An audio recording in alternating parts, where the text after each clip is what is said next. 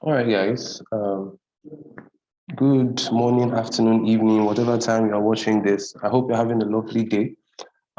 In this tutorial, we're going to be looking at the principles of design.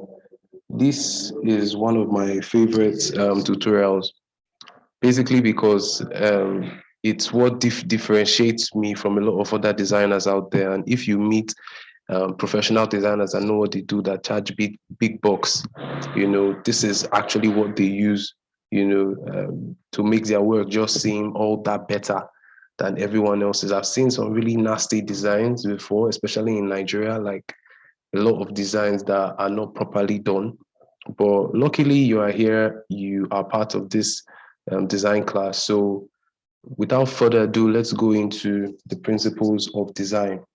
Now, the principle of design, this is the introduction.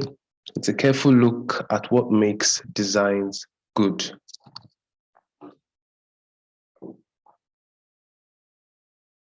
So here's what you'll find in this tutorial video. You're going to learn what the principles of design are and why they're important.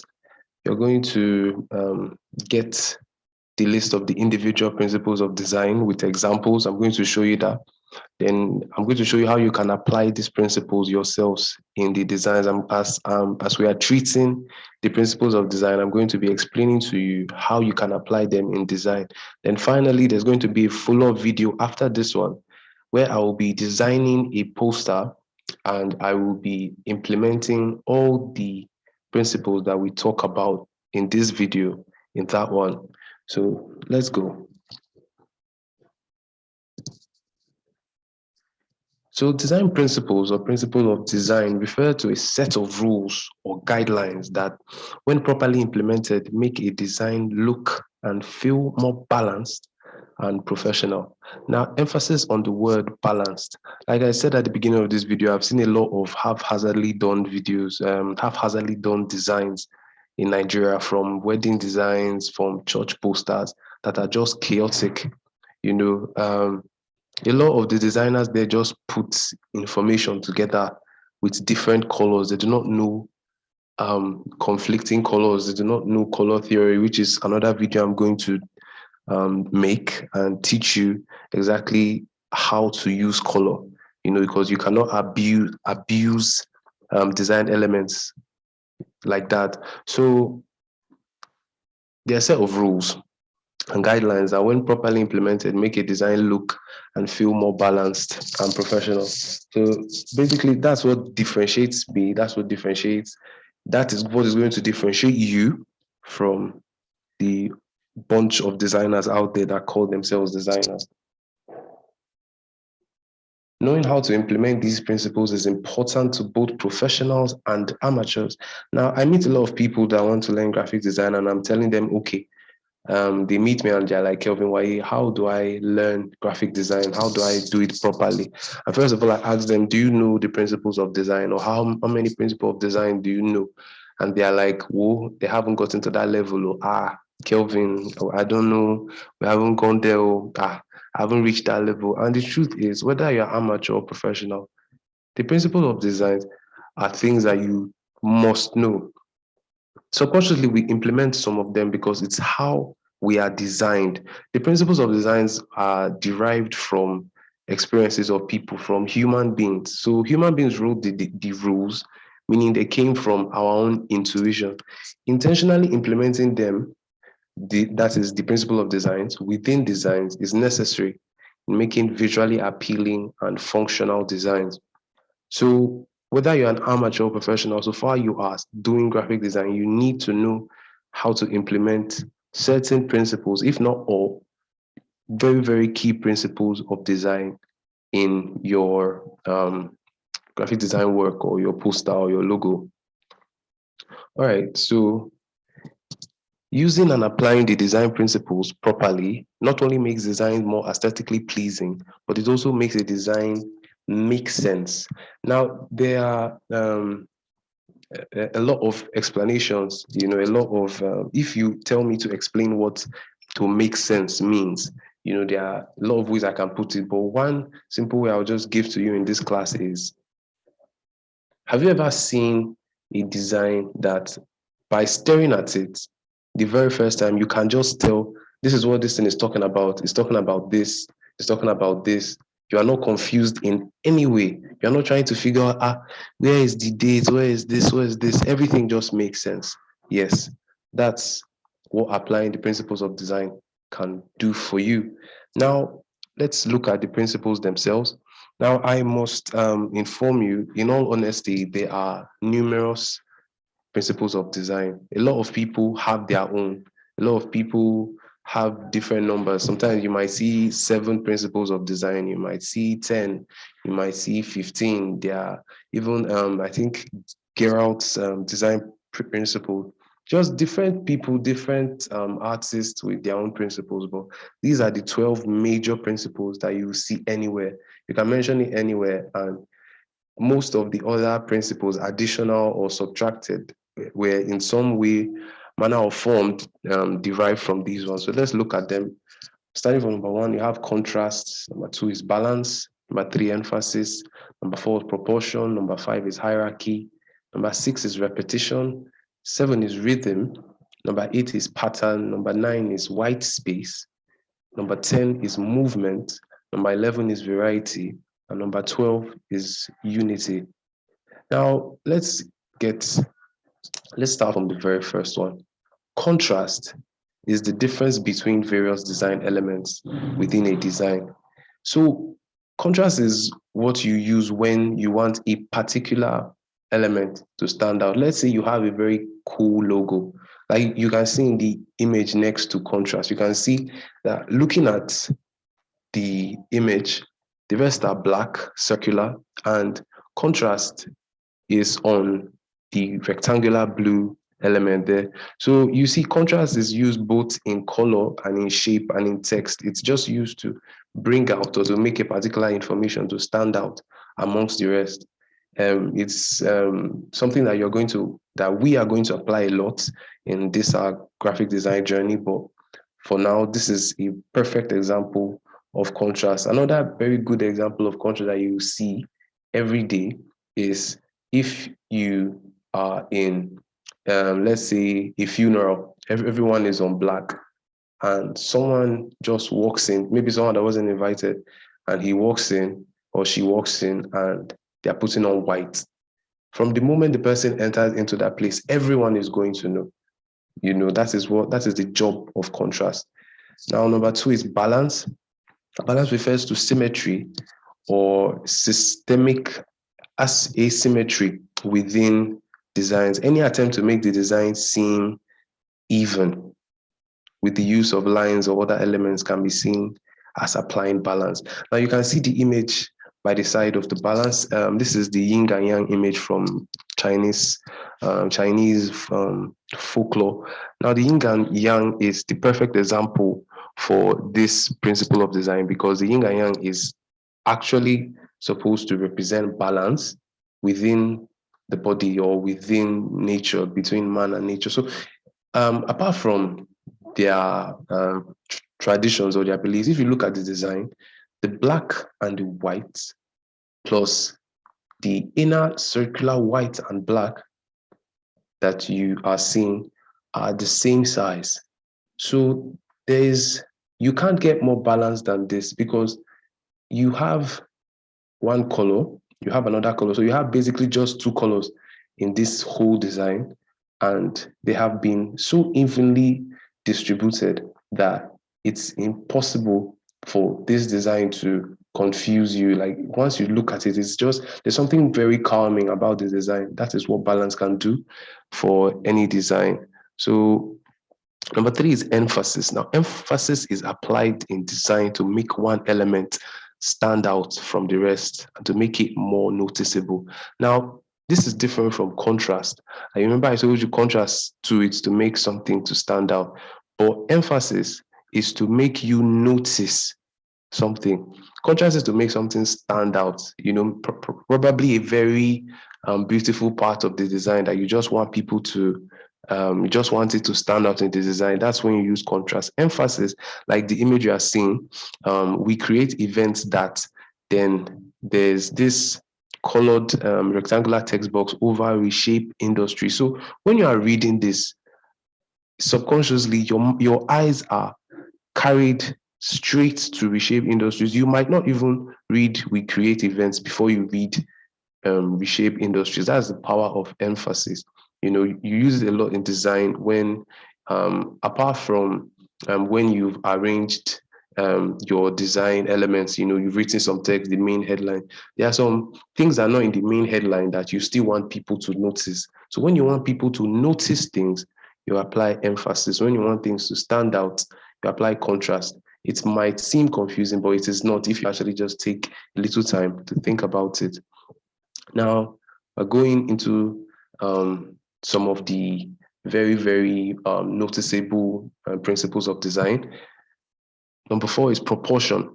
And proportion is the application of size difference to design elements. You can see from the fonts, from the typography of the proportion that we have here, the P is capital, the R is small, and the next O is capital. This is just, it was just, let's say it's a game by me. It was just for fun, but it's also to show you the importance of proportion in a design.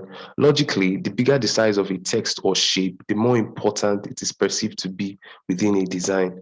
So when you're writing headlines for newspapers and magazines, you see the headlines are always biggest because that is them applying proportion to tell you that this information is what you should be reading first. Now, proportion doesn't only work with text, it works with shape also, as you can see in the image by your right-hand side.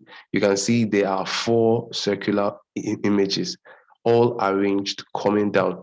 So in proportion to the biggest, there's the smallest, and it's growing. So you can see that difference in size. It's apart from the functional uses, apart from the actual design uses of the principles of design, they just make a design look finer. Apart from making design look balanced and all that, it just makes the design look more appealing, like you can see by the image to the right. Now, there is hierarchy. Now, hierarchy is the intentional arrangement of design elements to indicate relevance and importance. The most important message should be presented in such a way that the viewer can tell. The viewer should be able to know at first glance that this is the most important thing in this entire design. It is overlapping with proportion. That is to say that most designs, like most principles of design, are actually some principles of designs use elements from other principles of design. So you can see hierarchy is making something look more important, either by coloring it, as you can see in the image to the right, or by increasing the size, as you can also see in the image to the right. So there is no better description, there's no better explanation for hierarchy than the image you are seeing to the right now, which says graphic design. And that is the first thing you see.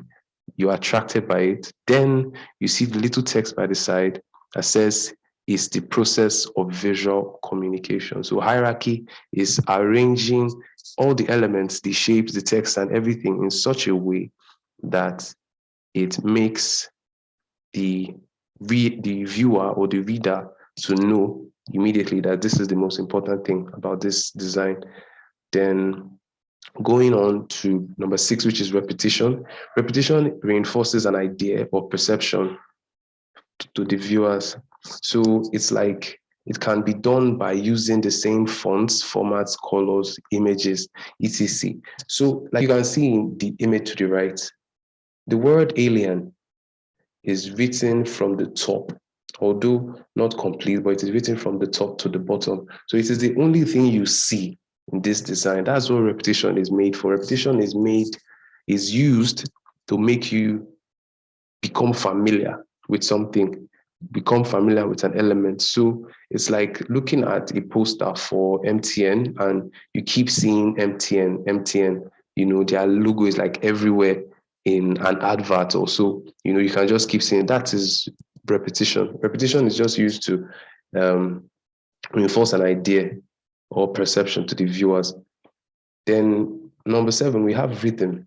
The spacing between elements can create a sense of rhythm, either regular or irregular. Now, looking at the image to the right, I want you to observe where the rhythm is. The rhythm is the circular object around the astronaut, the man there. I hope you can see it. So what this circular object does is it creates some sort of mood, some sort of abstract mood, So now you're feeling this man is in like an unknown world, It's just the effect that rhythms can do to a design. Rhythms can be used to create variety of emotions, including calmness, which is kind of like the emotion we are feeling right now from the circular object around the astronaut. You can create calmness with regular rhythms and excitement with irregular rhythms. So these are some of the things that I will try my best to show you in the follow-up video after this. So we have patterns. Now, what are patterns? Patterns are repeated design elements within a design, mostly used to add context to backgrounds. Patterns also refer to standards for certain elements and design. Now, I want you to notice something about the design to the right. There are texts that you cannot really read except you really want to pay attention to them. But these texts are a very important part of the entire design. This is what patterns are, So you can tell from the pattern that they are definitely writing something. There's a message they want you to see, but yet it is not visible enough. So pattern is just used to create that interest, which is what most of the design principles which is what most of them are actually used for, to actually make the design more appealing. So it's the same thing, the same use of pattern here. This might not be a perfect example. Like I said, I'm going to show you how to completely apply the pattern later on in a design, but this is a very good example also, as you can see in the background. Now there's white space. Now, if you if you've seen a lot of my designs, you see I utilize white space a lot. White space or negative space refers to the areas of a design intentionally left blank or with no design element. This is used to make design simple, unclustered, and clear. It also avoids distractions from the main message of a design. Looking at the design to your right, you can only see one message and one message alone, graphic design. But somehow, there are still enough elements, to make the design not boring. What is happening here? There's so much space, but in some way, that space is visually appealing. This is what negative space is. In a design where there are too many text and too many objects, too many images all surrounding the main message, you will not be able to pass that message across successfully. Most of the design principles are tools to pass across a message to the viewers. Mostly, graphic design is all about passing messages, visual information. So that is one of the reasons why white space or negative space is actually very important in a design, because it clears the noise. So you can see there's this place, nothing is going on. So you will not be tempted to look over there. You'll be tempted to look to where the action is, where things are happening, where there are actually design elements. This is the use of negative space. So we are going to move into number 10, which is movement. Movement is the way the viewer's eyes travel down a design. You should design in such a way that the most important message should lead to the next most important, and so on. This is achieved with positioning, emphasis, and other design principles. It's like I said before, most of your design principles, most of the design principles that we have are actually piggybacking, or you achieve them by supporting them with other principles of design. So, like we can see in this picture to the right, you can see there are cones or rectangles at the top. Now, what these do, their only purpose in this design is to make you look down to where you now see the principles of design number 88, which is movement.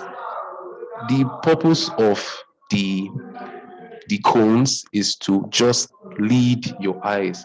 That is something that professional graphic designers do a lot. You need to be able to pass the message in the order that you want them to read it. So movement is one of the ways you can achieve that, like we can see here. Then we're moving to number 11. We're almost done. Number 11 is variety. Now, variety is the spice of life. That is true about graphic design too. In real life, you can say variety is the spice of life. You need to travel to different places. You need to wear different clothes to be happy. Also, in graphic design, you cannot keep a design boring. You need, as much as possible, to create variety. Variety is created with variations in design elements such as typography, images, shapes, color, etc. It prevents design from being one-sided and boring. So as you can see on the picture to the right, if we were to take away the rainbow plugs at the top, this design would be very blank and very boring.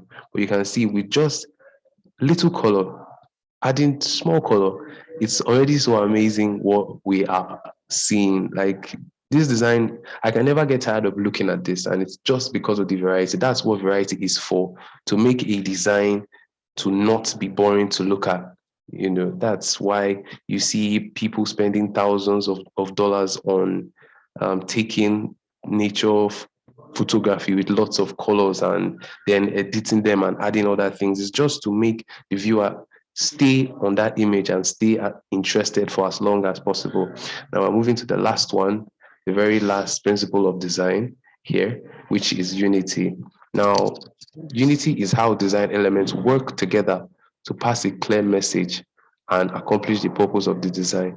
Unity as a design principle has almost the same definition of what graphic design is all about. Each design element should have a clear relationship or connection with other elements within the design. Unity is just how the background color, the images, the fonts, the typography, the shapes, everything, how it just makes the message clear. So you can say contrast is bringing one particular element out. Emphasis is making one particular thing readable. Movement is taking the eyes of the viewers to the direction you want them to go. White space is to create to make the viewers to have nothing else to look at but the message. Unity is a combination of all of them. So unity is like the avatar, the master of all principles of design. And you can see it in the picture to the right. There's Campfair 2012. And as much as there are beautiful images below and a little icon at the top, the very first thing you see with the application of hierarchy, proportion, and every other thing we've talked about is Campfair 2012. And this is when all the design principles come together to give you a very concise, precise, clear, and simple design. You can see there's negative space by the side of the Campfair, which makes the Campfair 2012 the only thing you would want to see. And once you have been able to successfully pass a message across with your graphic design, you have done it. You are successful. You have made a successful design. That's what graphic design is all about. So before we leave, let's just go over some facts because I know some things that you might ask. So let's just go about some facts. One thing you should know is you should not allow picking what design principles to use. Take your time when designing.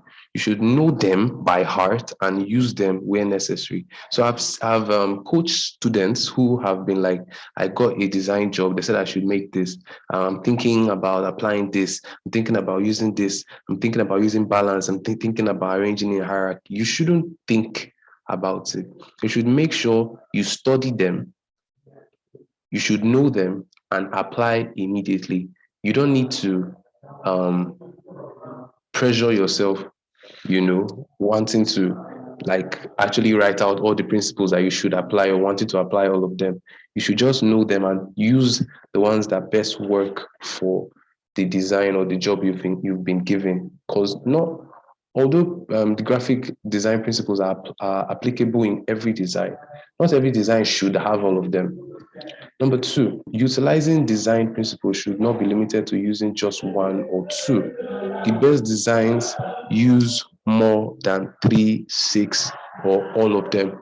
So because you know how to use balance in your designs, you know how to apply hierarchy very well, doesn't mean you should only apply balance and hierarchy. What about negative space? What about proportions? You should be able to use as much as you can without destroying your design.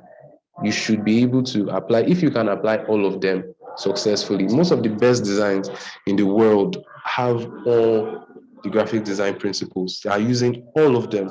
So you should just try to apply as much as possible. Then um,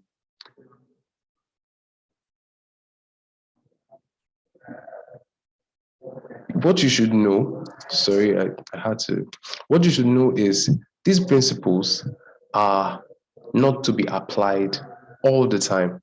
Now, you might see a design and like they are not using balance correctly or they are not using proportion, and you will be like, these people, this design is bad. No, there are some very good designs that are kind of random and haphazard, but somehow they've been able to work, probably because they are using the design principles in a way that you do not know or you have not found out yet.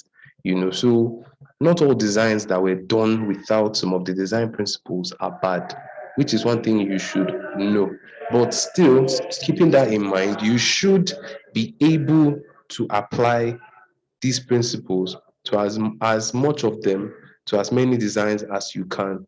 You need to repeat applying these principles. Repetition will make you get used to it, and soon enough, you will be making almost perfect designs by heart or by intuition.